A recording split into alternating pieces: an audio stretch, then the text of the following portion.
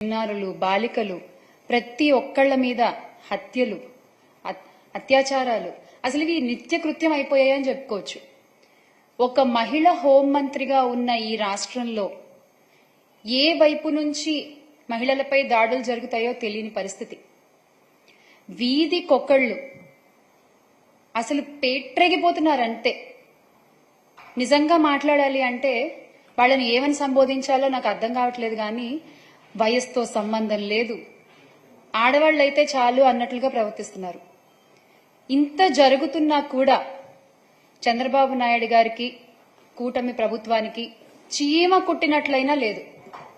అధికారంలోకి వచ్చి 4 నెలలైంది.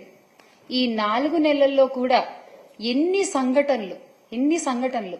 అసలు నాకు అర్థం కాని విషయం ఏంటంటే వీళ్ళకి ఇంత ధైర్యం ఎక్కడి నుంచి వస్తుందో నాకు అర్థం కావట్లా. అంటే పైన ఉన్నది మనవాళ్లే, ఏం జరిగినా చూసుకుంటారు అనేటువంటి ఒక ధైర్యమా, మనన్నేవాడు అడుగుతాడ్రే అనేటువంటి ఒక ధీమానా ఏంటి అసలు?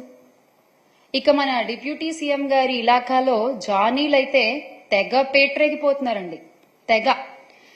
ఈ రోజు కూడా న్యూస్ మీరు చూసుకున్నట్లయితే దళిత బాలికపై, 16 ఏళ్ల బాలికపై దుర్గాడు జానీ అనేటువంటి వ్యక్తి అసలంటే ఊరి శివార్లకి తీసుకెళ్లి ఆటోలో ఎక్కించుకుని ఒక మహిళని కాపలాగా పెట్టి ఆ అమ్మాయి మీద అత్యాచారం చేయడం. ఆయనెవరు? ఈ దుర్గాడు జానీ అనే వ్యక్తి ఆ తెలుగుదేశం పార్టీ పట్టణ అధ్యక్షురాలి భర్త, విజయలక్ష్మి గారు ఆవిడ పేరు. ఆవిడ భర్త, ఆవిడ మాజీ కౌన్సిలర్ కూడా. అంటే ఈ తెలుగుదేశం పార్టీ నాయకులే ఇలాంటి ఘటనలో ఇన్వాల్వ్ అవ్వడం వల్ల పోలీసులు కూడా ధైర్యంగా కేసులు నమోదు చేయలేకపోతున్నారు. ఈ సంఘటనలో కూడా, ఈ దుర్గాడు జానీ సంఘటనలో కూడా డంప్ యార్డ్ లో ప్లాస్టిక్ బాటిల్ ఏరుకునేటువంటి వ్యక్తి పట్టుకుని రెడ్ హ్యాండెడ్ గా పోలీసులకు అప్పచెప్తే అప్పుడు కూడా వాళ్ళు కేసు నమోదు చేయలేదండి.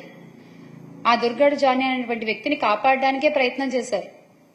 ఇక బాలిక కుటుంబ సభ్యులు పోలీసులపై ఒత్తిడి తీసుకొస్తే ఇక తప్పక వాళ్ళు కేసుని నమోదు చేశారు.